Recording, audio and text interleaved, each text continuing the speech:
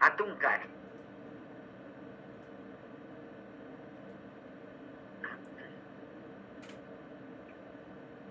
Profesora, buenas noches. Me acabo de conectar, Sonny Chávez. Gracias.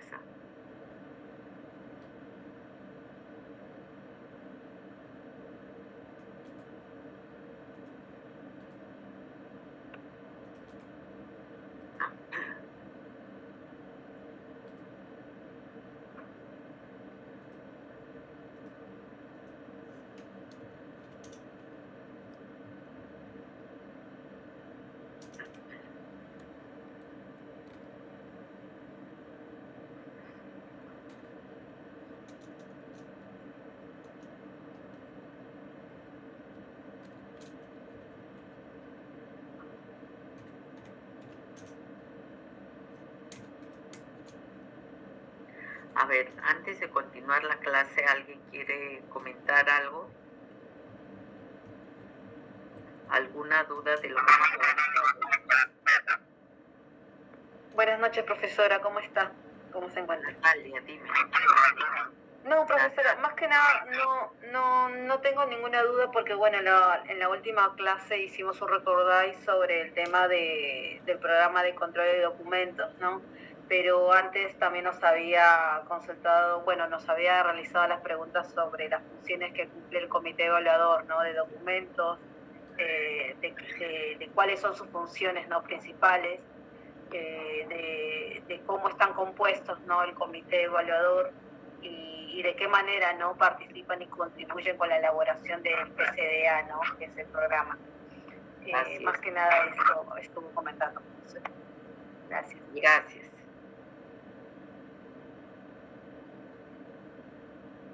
Profesora, disculpe, buenas noches, soy Víctor Atúncar. No pude contestar a tiempo. Víctor, ya, gracias. Bien. Jorge, ¿querías hacer algún comentario? Jorge Sarmiento. Profesora, sí, quería hacer una consulta. Dime. ¿Usted qué opina respecto a considerar dentro del PCDA a series documentales que ya no están activas? Es decir, por ejemplo, si hoy por hoy se está elaborando un PCDA y dentro de la información que se recopila, se informa que ya hay series documentales que ya no se van a generar, pero que sí hay documentación producida de años anteriores. Entonces, mi consulta es porque, en mi caso, nosotros sí lo estamos considerando debido a que luego, cuando esté aprobado el PCDA, de todas maneras necesitamos para lo que es la eliminación de documentos que se evidencie, pues, ¿no?, que ha existido esa serie documental con tales plazos, ¿no? Y de hecho que se precisa ahí que dicha serie documental ya no se genera, pues, ¿no? En cambio, de parte de otros colegas, he escuchado, pues, ¿no?, que ellos estiman conveniente que no se incluya. Entonces quería saber su opinión al respecto. Ya, mi opinión coincide contigo, porque si los documentos están y tienes la serie ahí, se están conservando y ya tienes un PCDA aprobado, cuando vas a eliminar tienes que apuntar la ficha de esa serie documental que vas a proponer la eliminación. Y por tanto, para la eliminación hay dos opciones: los que tienen programa de control de documentos, las instituciones que tienen el programa, y las instituciones que no tienen el programa de control de documentos. Y si tú tienes un programa de control de documentos aprobado y vas a eliminar esa serie que ya no se genera, pero que tienes que eliminar esos documentos, necesariamente vas a tener que presentar tu ficha aprobada, ¿no? Y considero que sí deben hacer la ficha respectiva de esa serie documental. y ya se quedará ahí. Y de repente si es una serie de valor temporal y lo eliminaste, cuando tengas que actualizar tu PCDA, puedes de repente definir ya, retirarla, porque ya se eliminaron hasta la fecha que tenías conservando la documentación que se había generado, ¿no?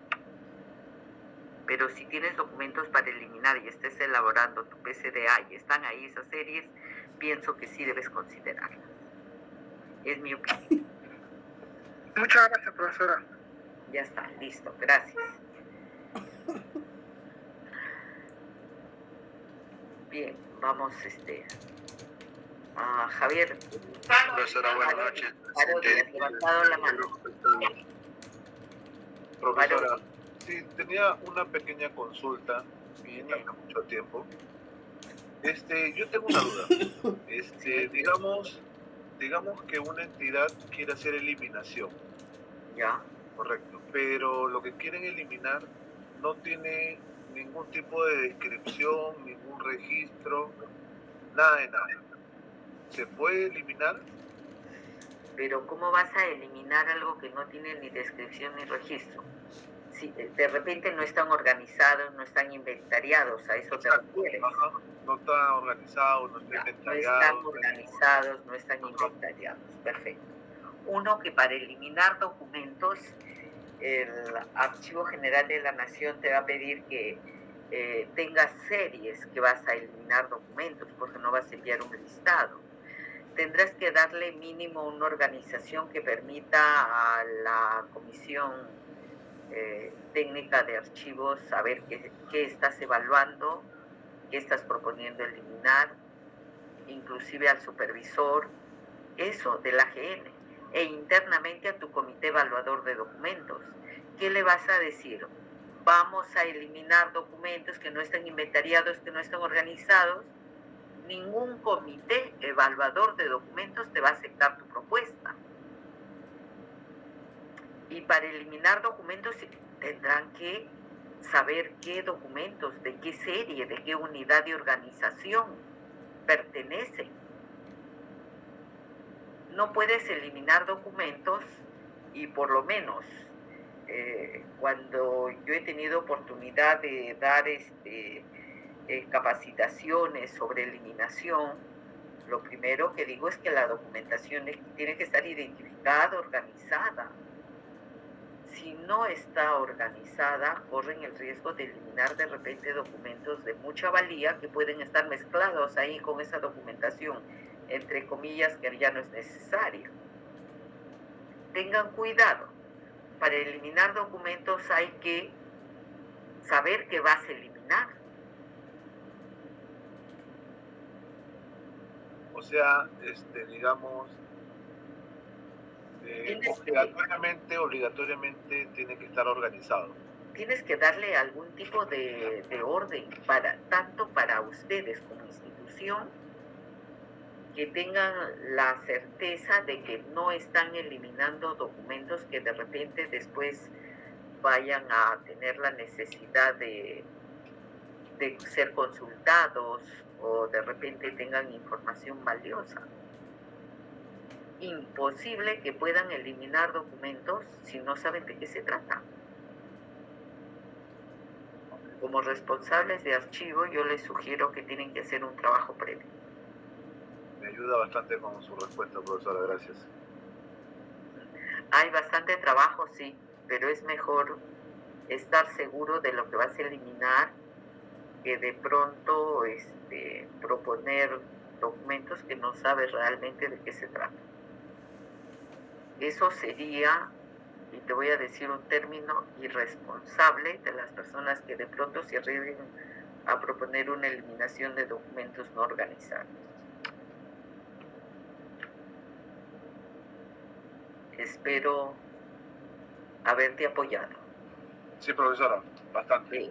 Por lo menos también de qué fechas es la documentación, de qué unidad de organización es, de qué se trata.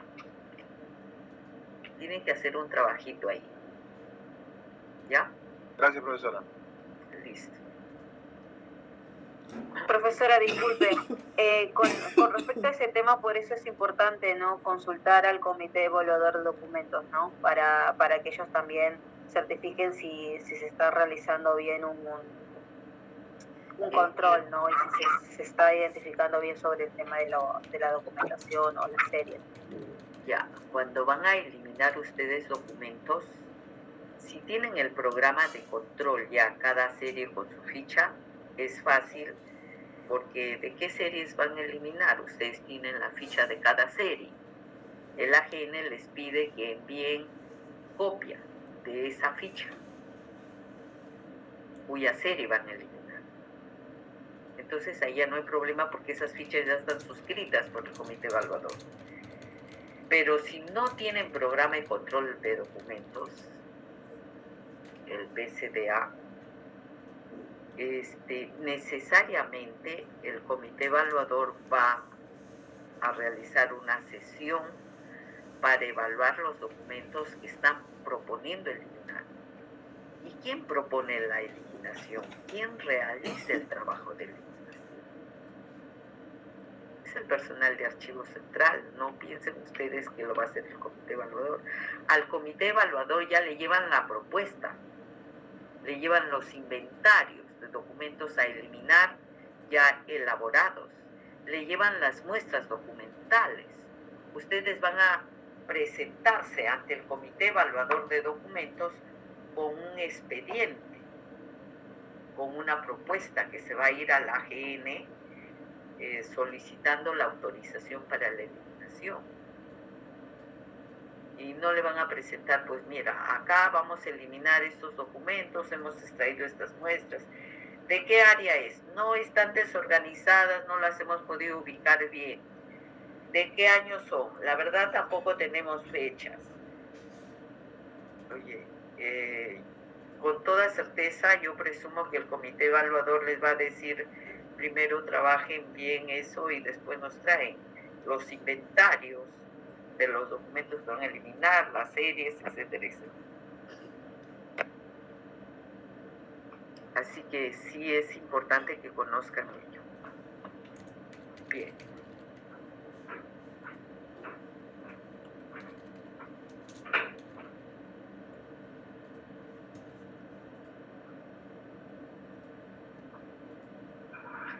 Creo que nos quedamos en la sesión anterior en la elaboración del programa de control de documentos y estábamos viendo, si no me equivoco, en esta diapositiva nos quedamos, ¿verdad? Y que estábamos viendo que el comité evaluador de documentos, y miren justo lo que estamos hablando ya que es para el PCDA, recibe asesoramiento y orientación del archivo central. El comité evaluador de documentos va a revisar también las fichas. Seguramente si están conforme, las va a suscribir cada una de las fichas. Va a firmar todos los integrantes del comité. Y ahí también cuando se presentan estas fichas, obviamente, ¿quién va a sustentar mucho más? ¿Quién va a exponer? ¿Quién va a dar las orientaciones respectivas? Será pues el responsable de archivo central, como ya lo hemos visto. Vamos a continuar. El PCDA es aprobado por la resolución de la más alta autoridad de la entidad. ¿Y cómo es aprobado? Con un documento denominado resolución, y para que las resoluciones sean aprobadas por el jefe o el máximo responsable de las instituciones, esa resolución no va a llegar así sola nada más. De hecho, no sé si en sus instituciones les van a pedir, para que se pueda suscribir una resolución o se pueda inclusive elaborar el proyecto de resolución, debe existir siempre un informe técnico y un informe legal. con ese informe técnico y legal, y un informe legal obviamente, el informe técnico, ¿de dónde se generará ese informe técnico?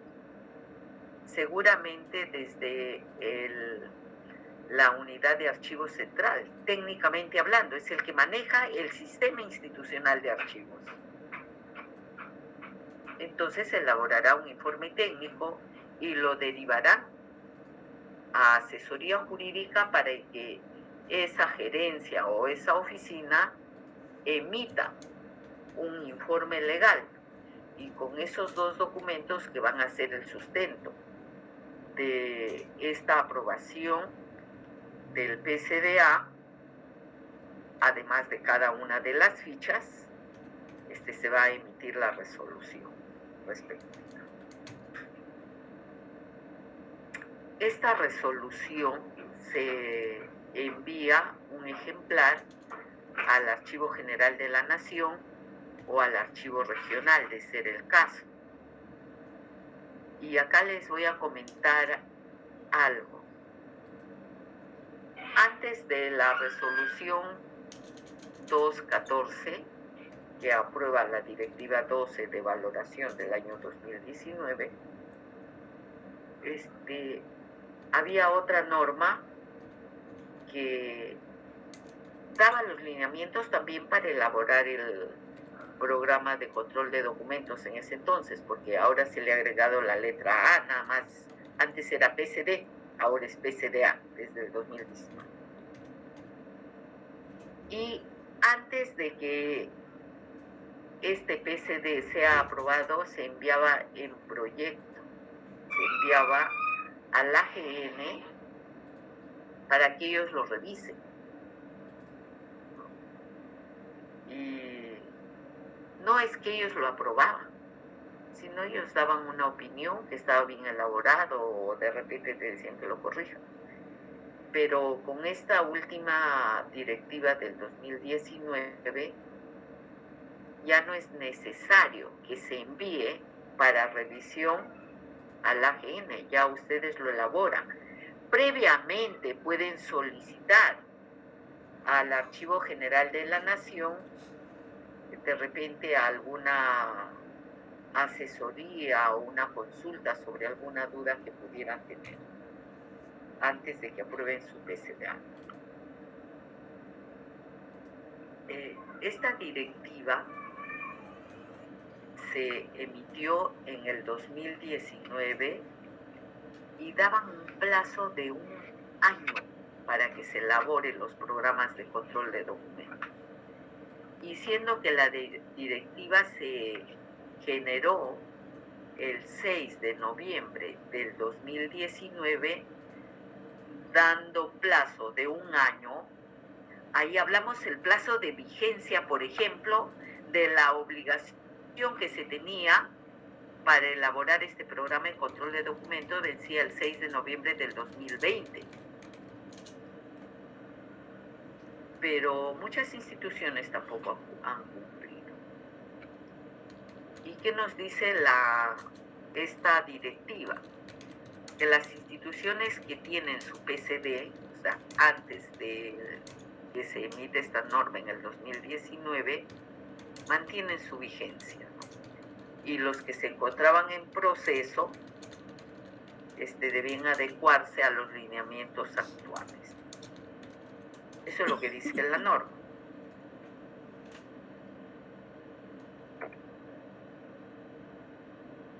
Actualización o modificación del PCDA. ¿Cuándo se actualiza o cuándo se modifica? ¿Qué nos dice la directiva? Cuando se emita nueva norma que modifique la función de la unidad de organización.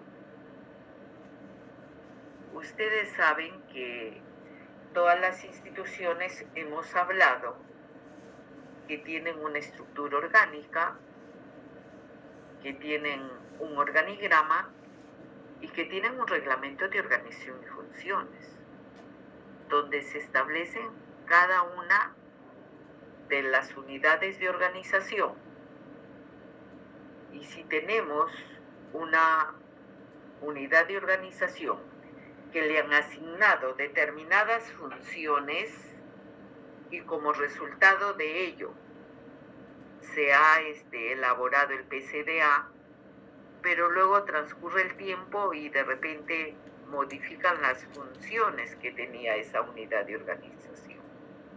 Y no solamente modifican las funciones, sino también modifican el nombre o el periodo de retención de la serie.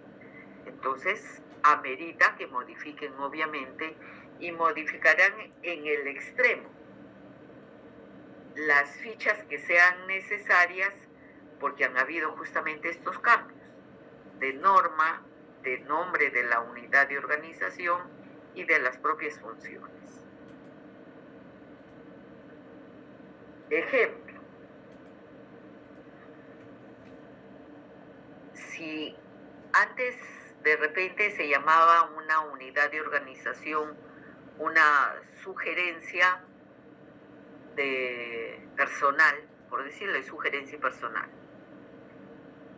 y deciden cambiarlo, y como hay muchos trabajadores, hay bastantes labores, y deciden darle un nivel mayor, y ya no es una sugerencia, sino que es una gerencia. De pronto antes le llamaban sugerencia de personal y decidieron cambiarla a la gerencia de recursos humanos o la gerencia de talento humano. Ya le cambiaron de nombre y de nivel y por lo tanto tendrían que actualizar esas fichas, ¿no?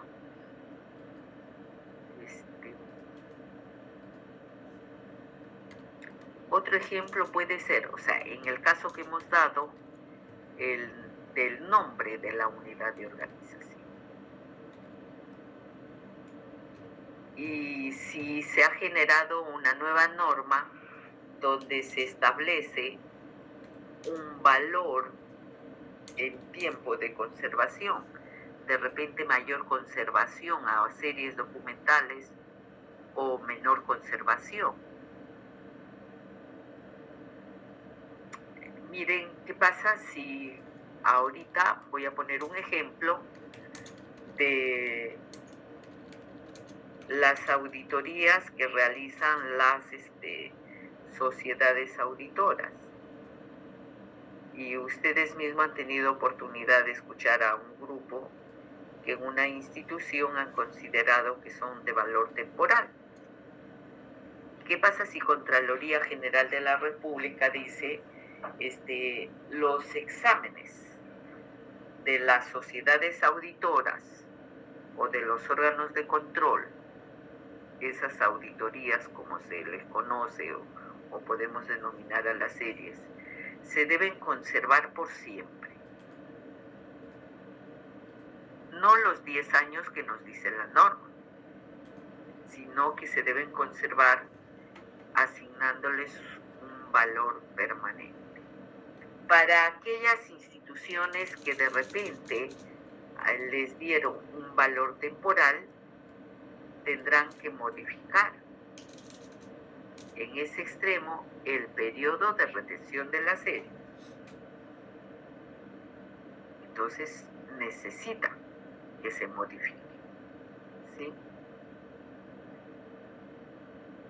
Y luego también nos dice cuando se cambia la estructura orgánica por fusión, reorganización, privatización que afecte al fondo documental, en este caso se reformula todo el PCDA.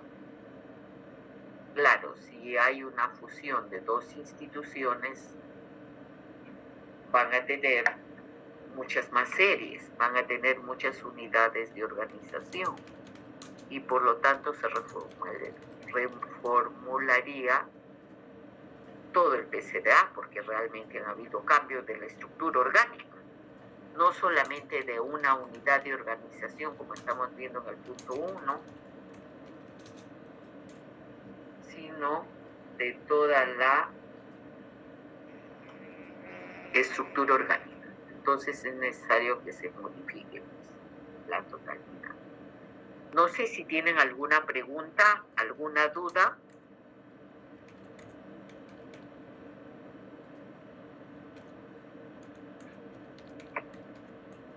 Ninguna.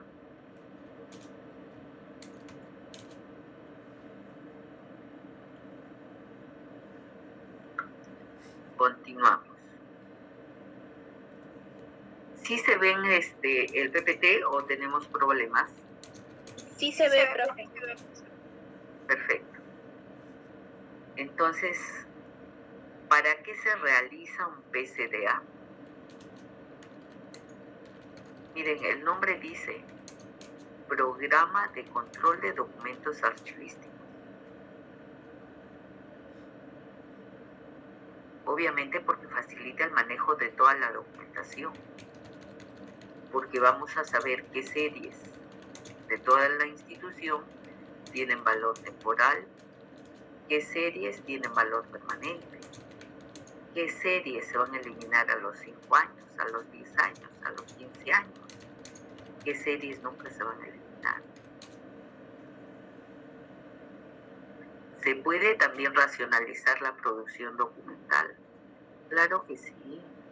En el PCDA, cuando van evaluando cada serie, saben si van a encontrar de repente exceso de generación de documentos que pudieran ser innecesarios, o de repente mucho más sistematizada la información que permita un control mayor, ¿no?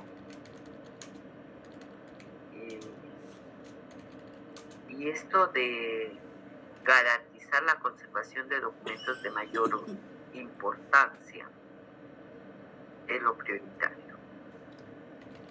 Claro, pero para eso tenemos que conocer cuáles son de mayor importancia y mayor utilidad. Y obviamente también saber cuáles van a ser los documentos o las series innecesarias. Y obviamente regular las transferencias.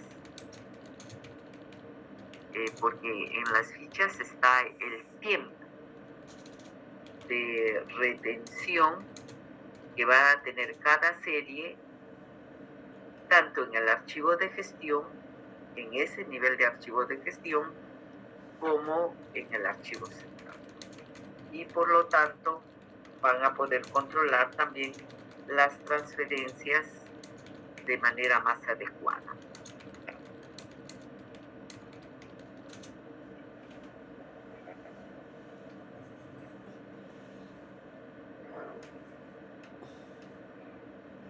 Y obviamente para la formulación del PCDA siempre tendrán presente los dos valores, temporal y permanente, que eso nunca se van a olvidar.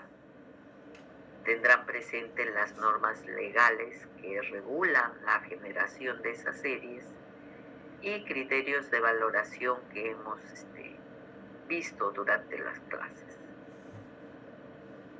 Es necesario, recuerden, es necesario para elaborar el programa de control de documentos conocer muy bien los organismos generadores de documentos, cuáles son sus funciones de cada unidad de organización, cuáles son las competencias, conocer las normas internas de gestión administrativa y ya dijimos también conocer las normas de gestión archivística.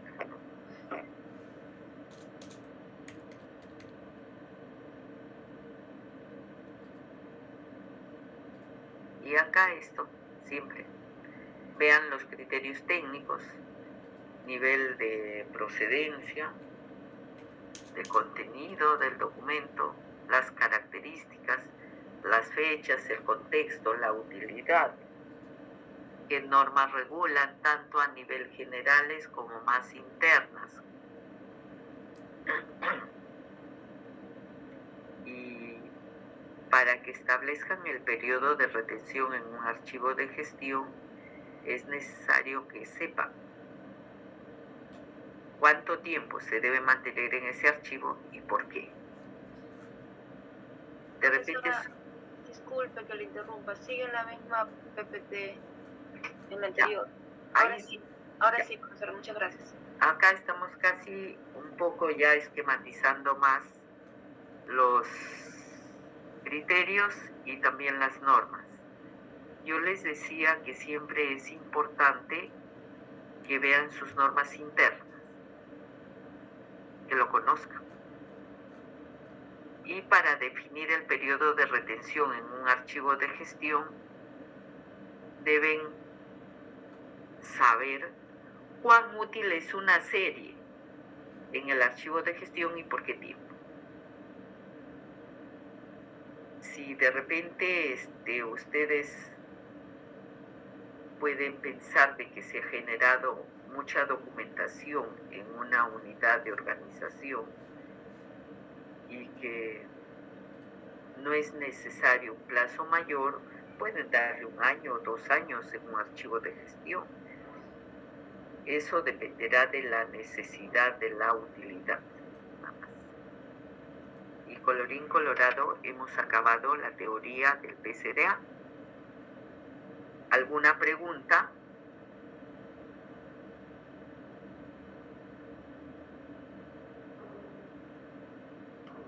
¿Ninguna? ¿Yo pregunto o no? ¿O seguimos? Vamos a seguir. Profesora, buenas noches. Manuel, Sí, diga. profesora. Ujú. El archivo central puede cambiar de libre albedrío de la noche a la mañana los códigos de las fichas de las series documentales. Los códigos de las fichas de las series documentales. ¿Te refieres cuando han elaborado el programa de control de documentos y les han asignado a cada serie una codificación que va en relación también a la oficina? Sí. ¿Pueden proponer los códigos o...? Pero si vas a modificar la ficha, Sí, si vas a modificar el código, vas a modificar en esencia la ficha y sustentarás por qué. Dentro de lo que hemos visto que nos establece la directiva, no nos dice cuando se cambien códigos de series, nos dice por modificación de funciones, por modificación de estructura orgánica, por modificación de plazos de retención.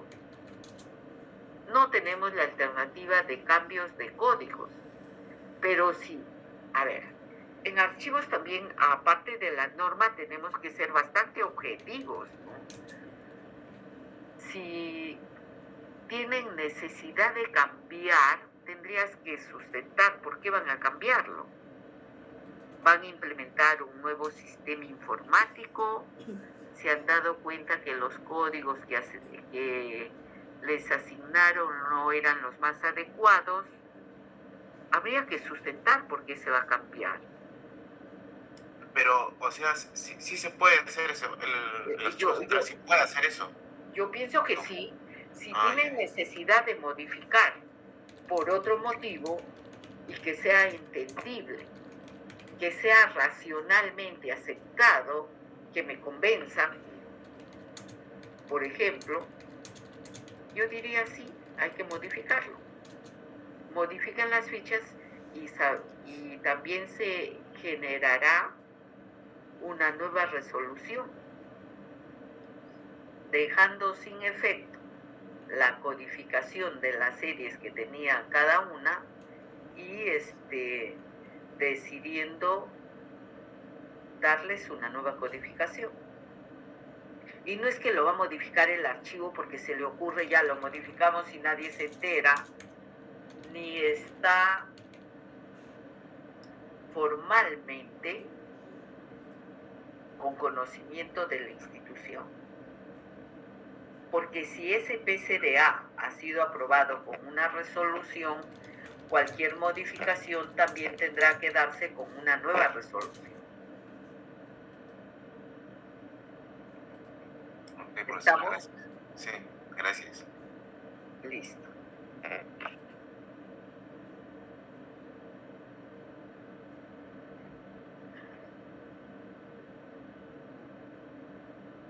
ahora sí vamos a pasar a otro tema.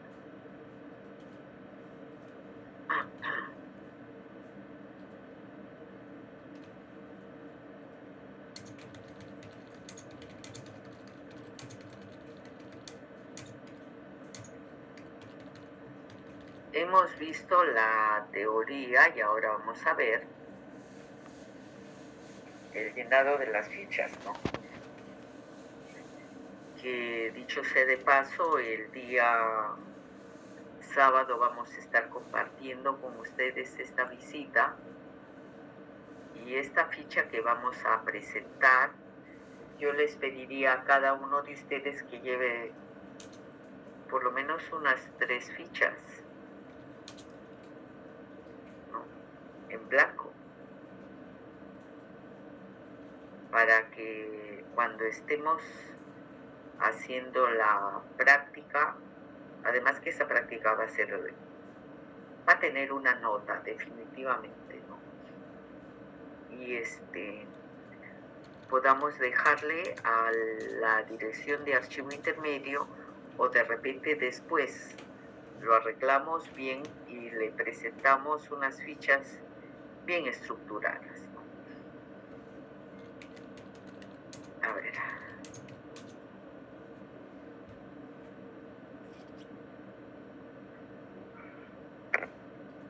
Sí se ve, ¿no? Sí, profesora. Perfecto.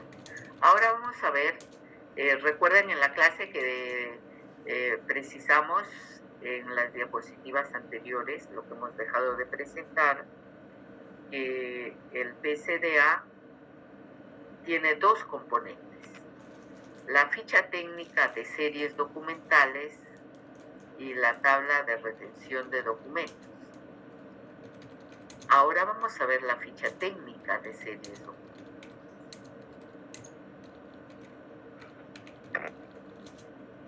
Ahí está.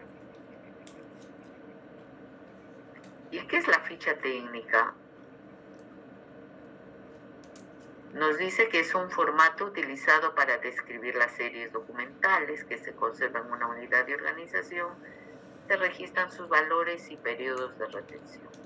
Eso es lo que está en, vamos a llamarle el tesauro de esta ficha, y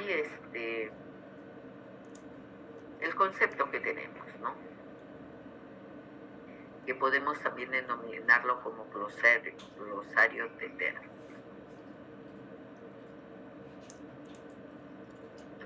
Supongo que sí se ve, y si no se ve, ustedes me avisan, pues, chicos. Ya. Y ahora vamos a ver un poquito. Este es el recorrido que tiene que elaborarse en cada ficha. Dice miren, y esto está con los números que nos habla la norma. La unidad de organización y el comité evaluador reciben asesoramiento y orientación y consultas al archivo central. El archivo central elabora el cronograma de trabajo para la elaboración del PCDA. El archivo central comunica a la organización el inicio de la elaboración del PCDA, adjuntando los formatos. La unidad de organización identifica la sección, series documentales que produce, propone valores y periodo de retención, y este es un recorrido, un flujograma. La unidad de organización también elabora las fichas de acuerdo, miren, a las indicaciones que le da el archivo central. Luego la recibe el archivo central, la revisa, las corrige, etcétera, etcétera. Y una vez que son aprobadas estas fichas, ya hemos mencionado que se aprueba, se oficializa, dice la entidad aprueba, oficializa el PCDA mediante resolución de la más alta autoridad. Y también este PCDA se publica en el portal de las instituciones. Así que ahí lo tienen. Todos esos pasos que tienen que dar. Acá está la ficha.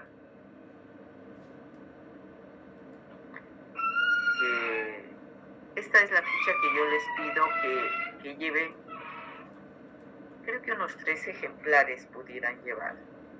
Y ahí ustedes pueden intercambiar, o si desean llevan más también. Yo calculo que por cada, no sé la institución que les haya tocado, justo ustedes me dicen que hayan identificado una institución.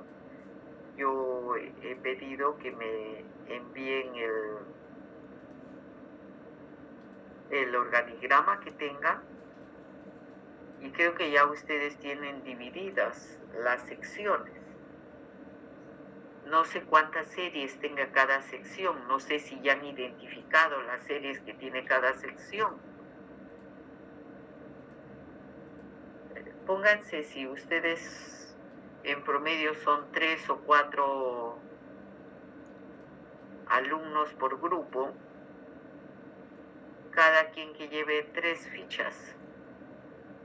3 por 4, 12. 12 series que tengan alguna unidad de organización, o de repente llevan unas 4 fichas o 5 fichas máximo. Nada más. Esta es una ficha técnica que también se ha considerado las instrucciones, cómo se va a llenar. No me voy a detener en cada una de las instrucciones, porque luego cuando vamos a ir realizando estas fichas vamos a ver en la práctica cómo se coloca en cada casillero qué información va.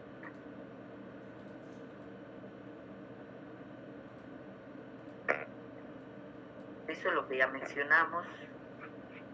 Acá tenemos un ejemplo. Una ficha técnica.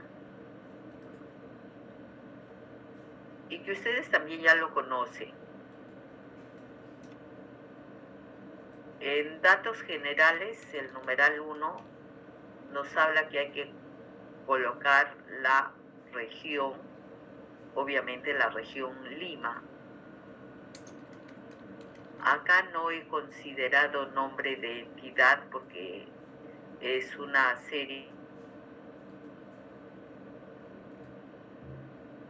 que lo generan, lo tienen, así que podemos tranquilamente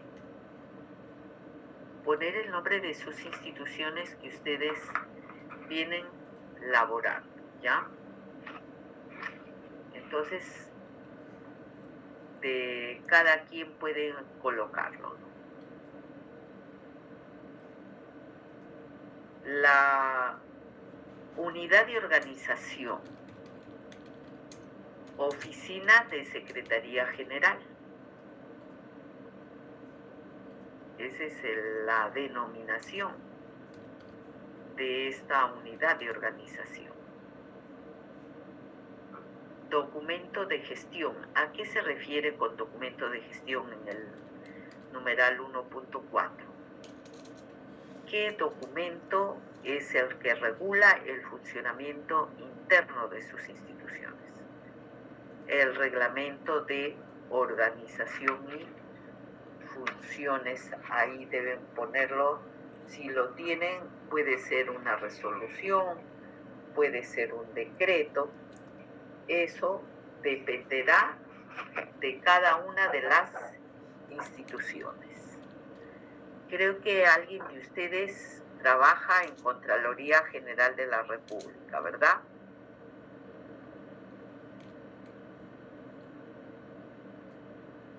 ¿O me equivoco?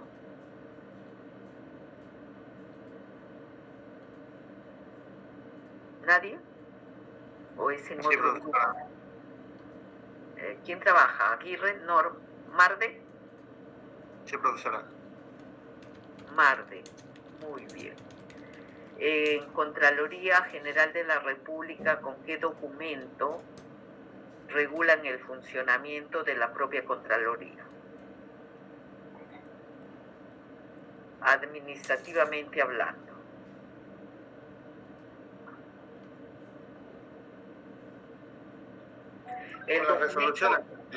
El documento que establece la estructura orgánica, las funciones.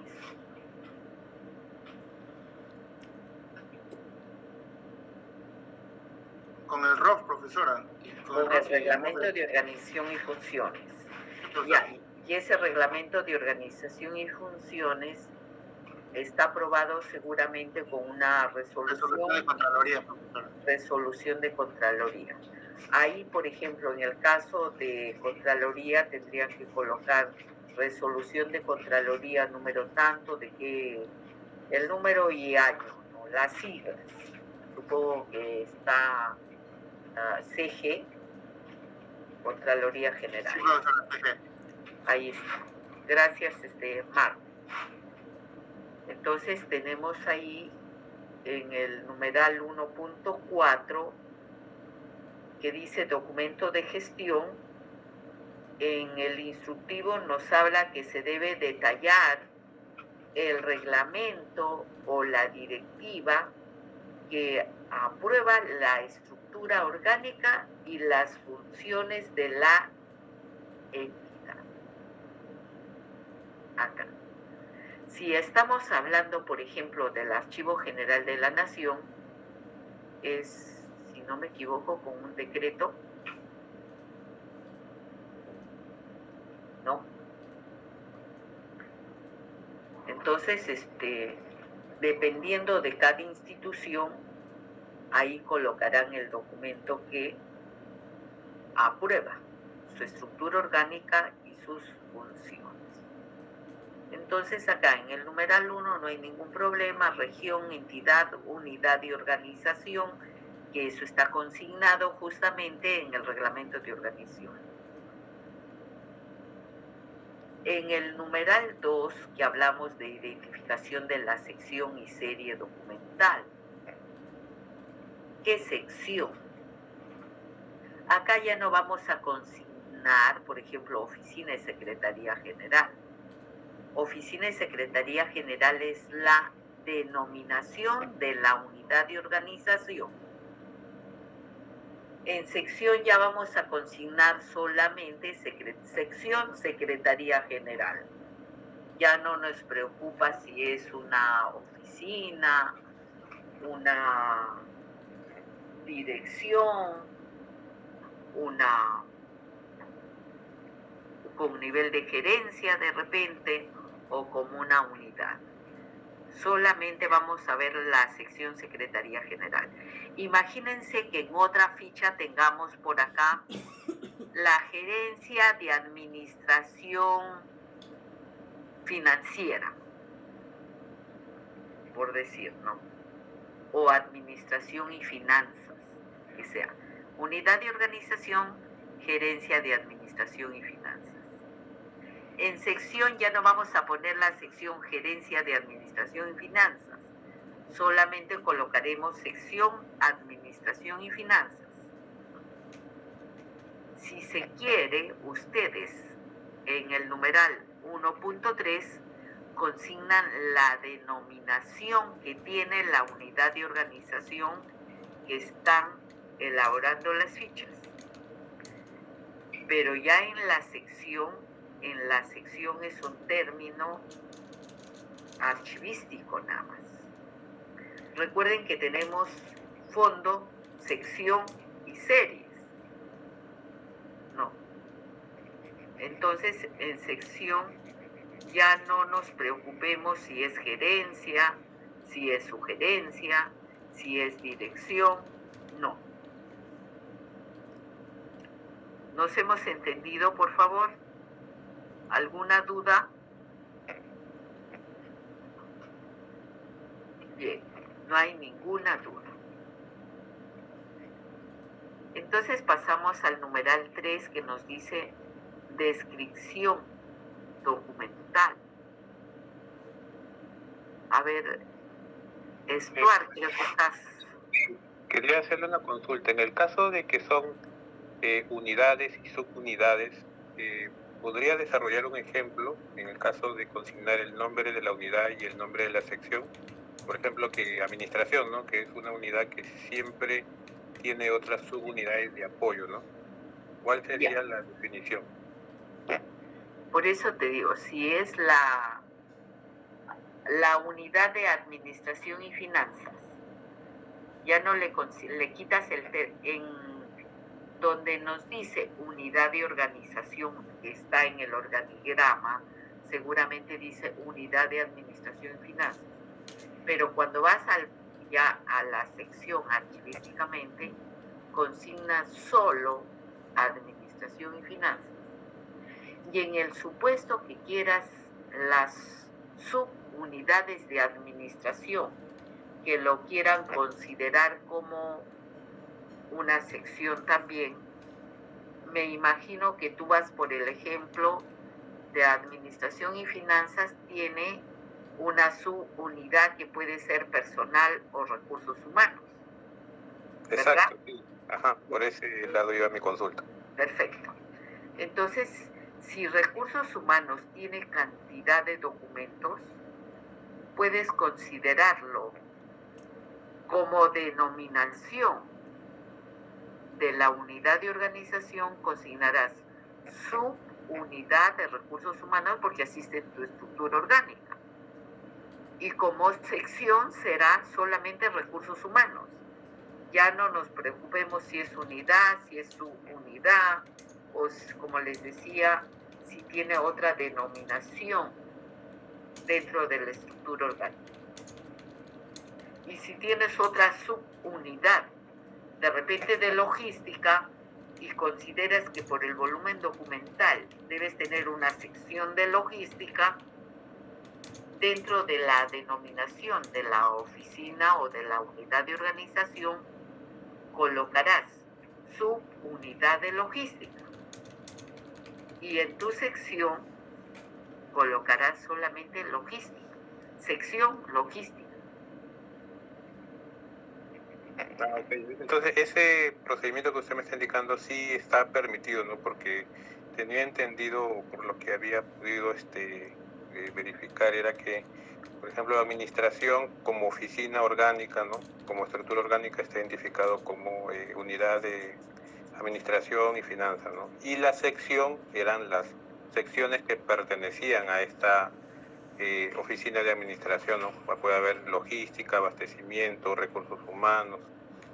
Eso es lo que tenía claro, pero ahora usted me está aclarando que dependiendo del volumen, si es gran información que maneja esa subunidad, lo puedo considerar directamente en lo que es unidad de organización como subunidad de recursos humanos, subunidad de logística, así sucesivamente, ¿no? Y puedes tener tus secciones, tu sección logística, tu sección recursos humanos, tu sección tesorería, tu sección contabilidad y su propia sección de administración y finanzas, como tal.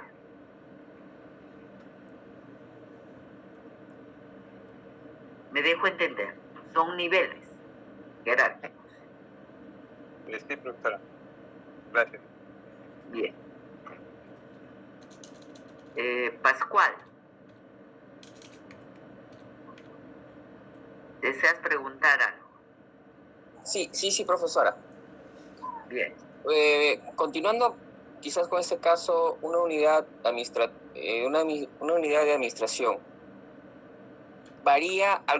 He notado que en algunas organizaciones tiene diferentes números de series a otras.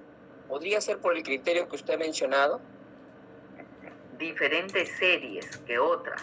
Es decir, al final una unidad de administración en cualquier institución tiene, por no decir las mismas, pero similares funciones, competencias. Ya. Pero revisando a veces su PCA no tiene las mismas series. Quizás es por lo que usted mencionó, profesora, por lo que usted está mencionando, que es un tema por lo que usted acaba de explicar. A ver, estamos hablando primero de las unidades de organización, ¿no? El ejemplo que hemos consignado, que es diferente a lo que tú estás planteando ahorita, que hay instituciones, me dices, que tienen unidades orgánicas que son parecidas dentro de la estructura, porque, a ver, por decirte, los sistemas administrativos en el sector público ya están definidos por ley, por norma.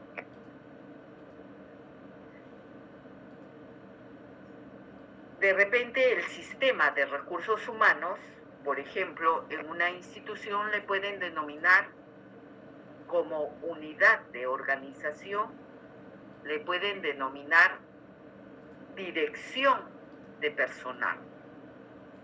En otra institución le pueden denominar gerencia de recursos humanos. En otra institución le pueden denominar unidad del talento humano. La denominación puede variar, pero las funciones son muy parecidas porque es el mismo sistema. Ahora, la denominación de cada serie también tiene, vamos a decir, sus propios decisiones cada institución independientemente. Mira, y por ejemplo ahorita en logística, hay muchas instituciones que solamente le conocen como logística y otras instituciones le conocen como logística y control patrimonial. Otras instituciones después de logística y control patrimonial tienen un área de almacén. Otras tienen otra área de servicios generales. O sea, la forma como está estructurada las instituciones está relacionada a la magnitud de cuán grande es el organismo o cuán pequeño pudiera ser el organismo. Y como resultado de esas funciones, las series pueden tener unas denominaciones también un tanto variadas. La tipología documental también es un poco variada.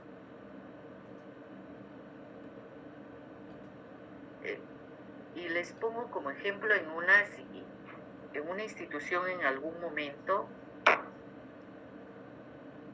lo correcto es que los jefes, los que tenemos cargos directivos, nos dirijamos a los inferiores con un memorándum, y los inferiores se dirijan a los jefes con un informe. Pero he podido observar en algunas instituciones que todos envían memo. Yo, jefe, le envío a mi sugerente un memo y mi sugerente también me contesta con un memo. Porque de repente así lo regularon administrativamente. ¿Cómo funcionan internamente? Tiene cada institución tiene su propia particularidad. Y esto me trae a la mente el decirles que cada institución es totalmente diferente y no podemos en organización documental la receta de una institución A no se la puedes aplicar a la institución B. Los lineamientos generales sí, pero cada institución tiene su propia particularidad, tiene sus propias denominaciones de sus series documentales.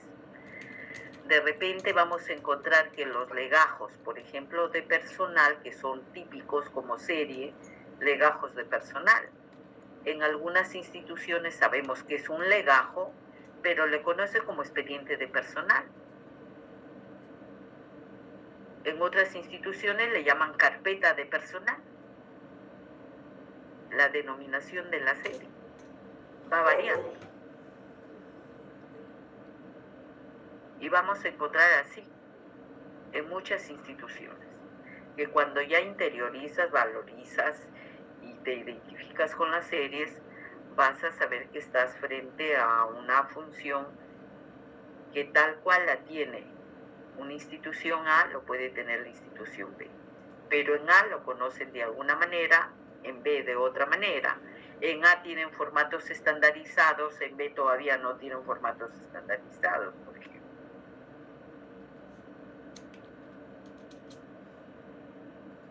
No sé realmente si me he dejado entender.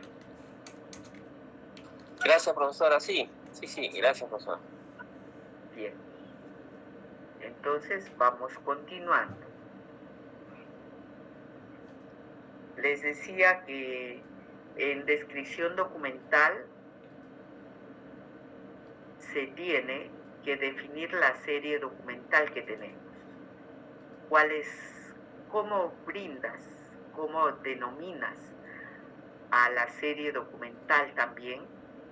Que estábamos acá en el numeral 2.2, que me estaba pasando al tercero sin haber concluido acá. Teníamos de que el nombre de la serie es accesos a la información. En otras instituciones le llaman solicitudes de información. Todo lo que es transparencia y acceso a la información, en esta ficha, como serie de Secretaría General, se le conoce como accesos a la información. ¿Y cuál es el código?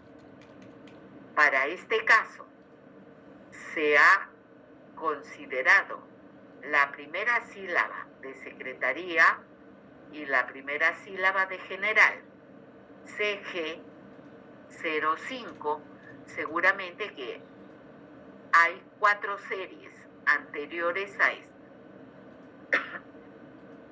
Entonces, la serie documental, el nombre que tenemos es accesos a la información, ya hemos llenado este recuadro, el código de la serie CG05.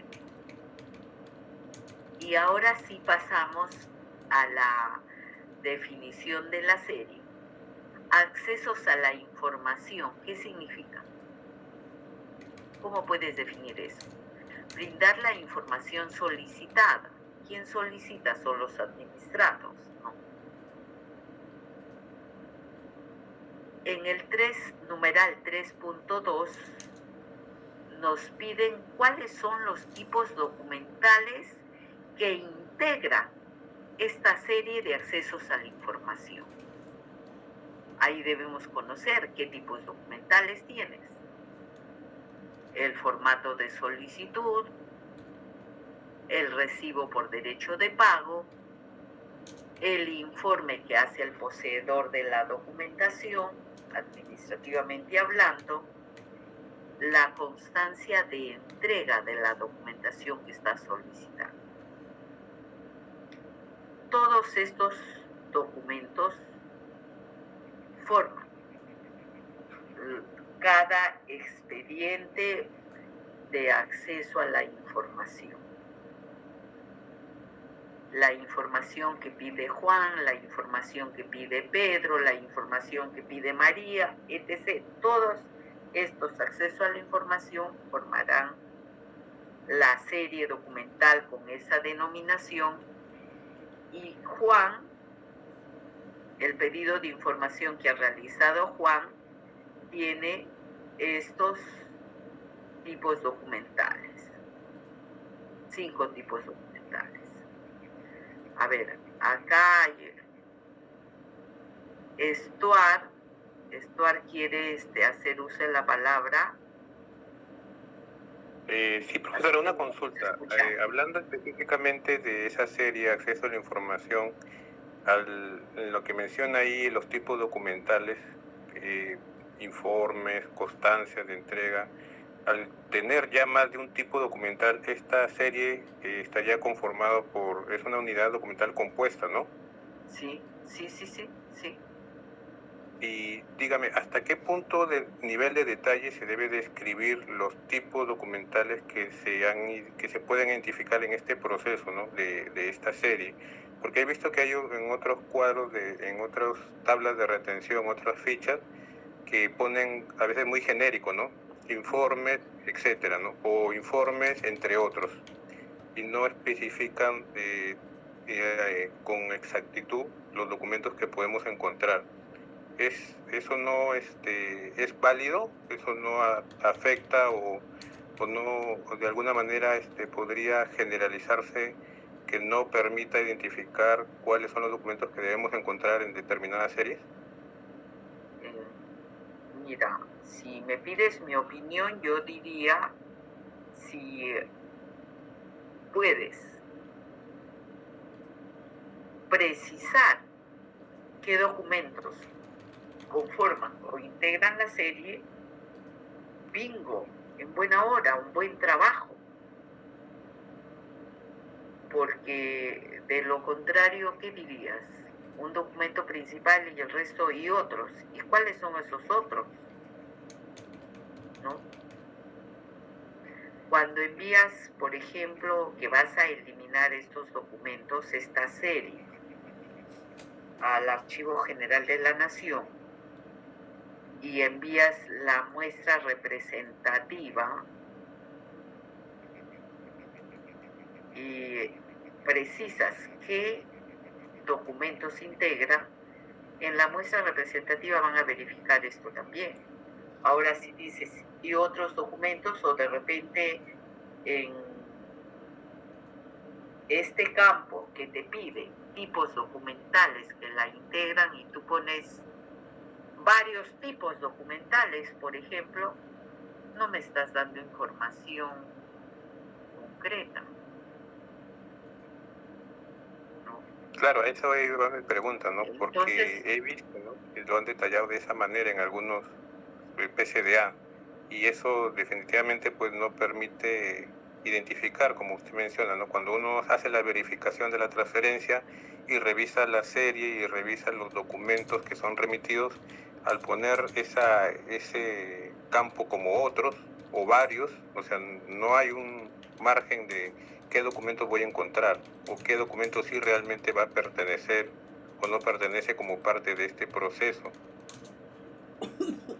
claro, tengamos siempre presente que si quieres controlar bien tu documentación, tu archivo, es mejor que describas, que precises qué documento lo integra. Cuando tienes una transferencia, ya puedes saber cualquiera de del personal que labore en archivo, tú le entregas esta ficha y si está bien elaborada va a ser mucho más fácil el trabajo también.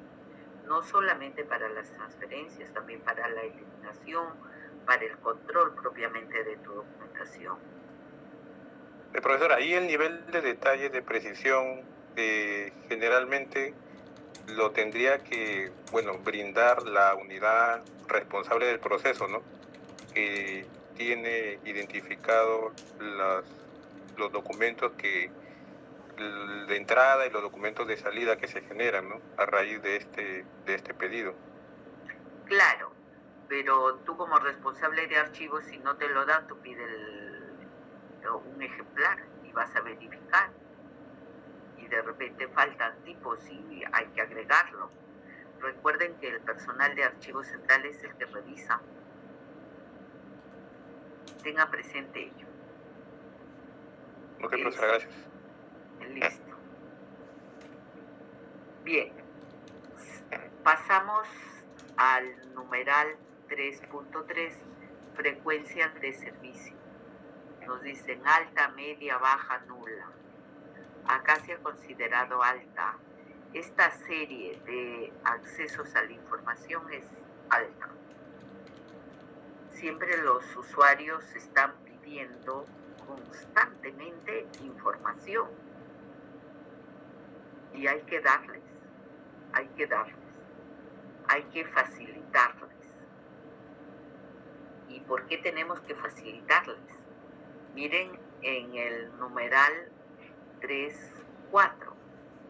el marco normativo. Recuerdan ustedes que cuando estábamos teorizando en las clases anteriores, yo les decía que es necesario conocer cuál es la base legal, cuál es la norma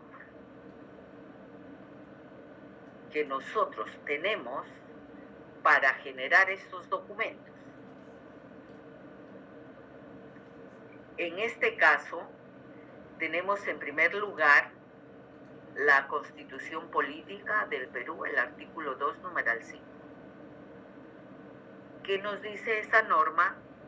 Que todos los ciudadanos tienen derecho a estar informados y las instituciones tienen la obligación de brindar la información. Es un derecho constitucional. Luego también tenemos la ley 27806, que es la ley de transparencia y acceso a la información, y que ya también se generó un TUO. Ahí habría que agregar el TUO, texto único ordenado. Entonces, acá tenemos el marco normativo de esta serie documental. Luego tenemos el numeral 3.5 que nos habla de accesibilidad. Esta serie documental, transparencia, que por ley debemos facilitar información. Hay personas que te piden información que puede ser reservada, que puede tener restricciones. Entonces acá se ha considerado sin restricciones según sean los casos. Porque además, de acuerdo a la ley de transparencia y acceso a la información, nos dice que toda información que tiene o genere el Estado se entiende que es información pública. Pero obviamente hay restricciones que ya seguramente en cada caso se puede ver. Y luego en el numeral 3.6, miren, en descripción documental hay bastante información que se pide.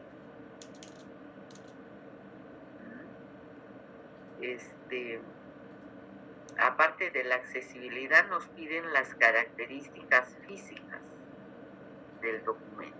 ¿En qué se encuentra? ¿En soporte de papel? ¿En soporte electrónico? ¿O de repente en otro soporte? ¿Cuáles son las características físicas? Para este caso, esta serie se encuentra en soporte de papel y soporte electrónico. Hay usuarios que todavía llevan su formato impreso y te solicitan que le envíes también impreso el documento en soporte de papel. Y hay otros usuarios que utilizan ya el documento en soporte digital a través de las mesas de partes virtuales.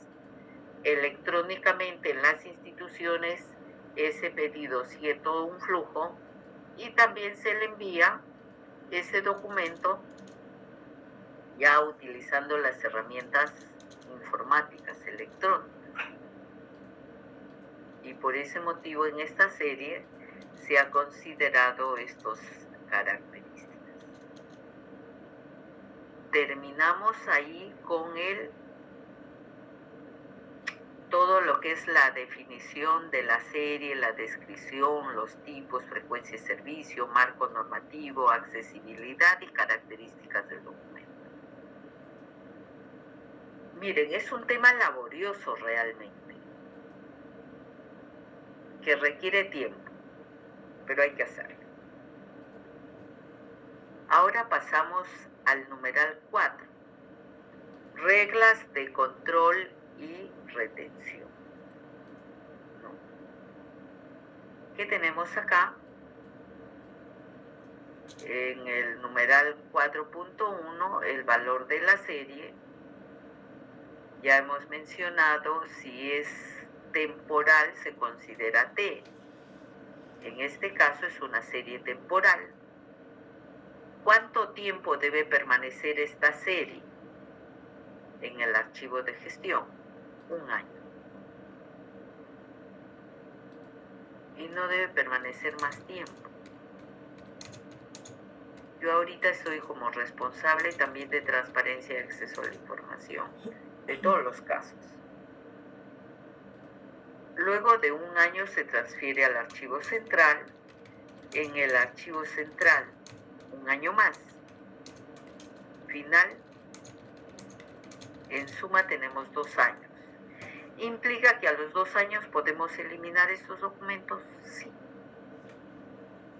Si yo tengo mi programa de control de documentos y ha sido aprobado por resolución, y el programa de control de documentos es un documento de gestión archivística. Recuerden que Contraloría nos decía 10 años por todos los documentos, salvo que tengamos otra norma. Y el programa de control de documentos es una norma de cada una de las instituciones donde ustedes laboran. Solamente que hay que elaborarlo, hay que trabajarlo, y el Archivo General de la Nación no les va a decir, pues oye, ¿sabes qué? Necesito que conserves estos 10 años. No, pues ya ustedes trabajaron, evaluaron, analizaron a profundidad cada serie y le dieron ese valor. En este caso, 2 años. ¿Qué otro aspecto se tiene? La fecha de la elaboración de la serie. ¿Cuándo se elaboró la serie?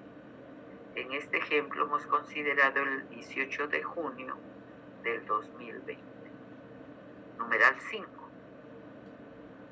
Y numeral 6 está la firma de los integrantes del Comité Evaluador de Documentos, el presidente, asesoría jurídica que lo integra, puede ser el jefe o un representante,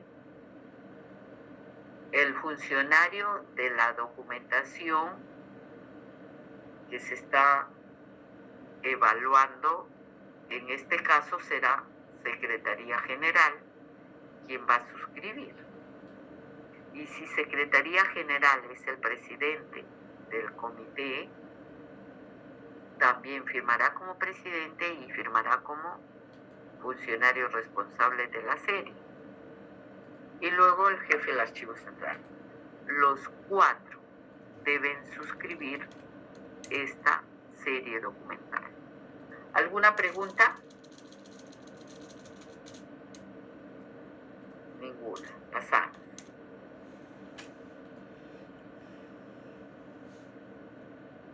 Acá tenemos otro ejemplo.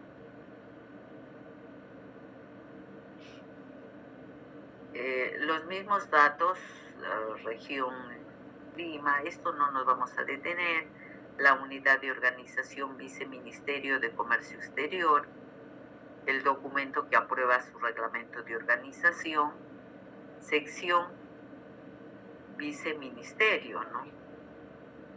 Descripción documental. No, primero vamos a ir al nombre de la serie. ¿Qué nombre de la serie tiene? Autorizaciones para ferias y exposiciones internacionales. Ese es el nombre de la serie. Y esto les digo que es un ejemplo. Y a ver, ¿cuántos años?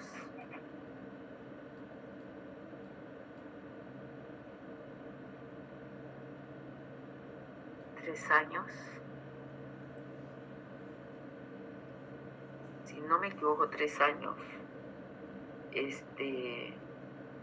Fui a apoyar y capacitar a esta institución justamente porque tenían proyectado elaborar el programa de control de documentos. y me invitaron a dar una charla de capacitación. Y se trabajó esto con la documentación que ellos tenían y que facilitaron.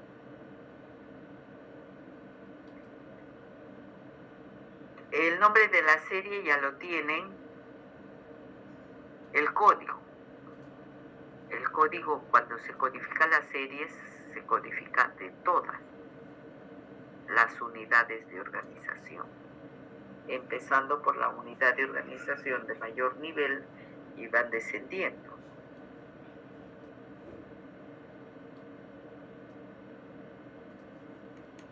Perdón.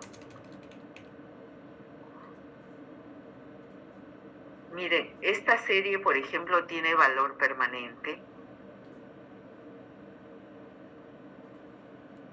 4 años en un archivo de gestión, 26 años en un archivo central, total 30 años.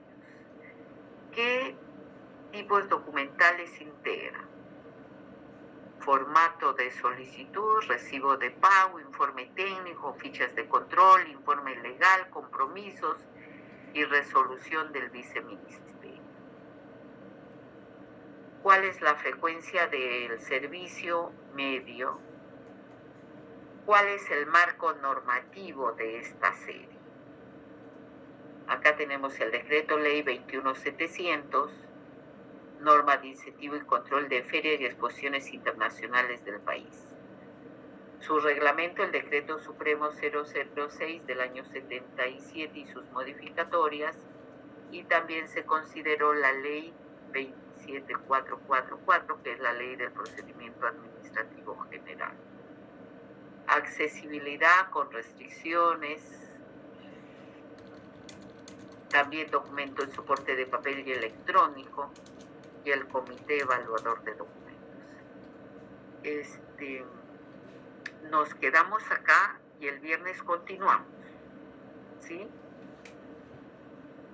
Profesora, disculpe una consulta, ¿podría llamarle un momento después de ustedes? Sí. Quisiera conversar con usted. Gracias. Perfecto. Gracias. Buenas noches, profesora. Buenas noches con todos. Buenas noches.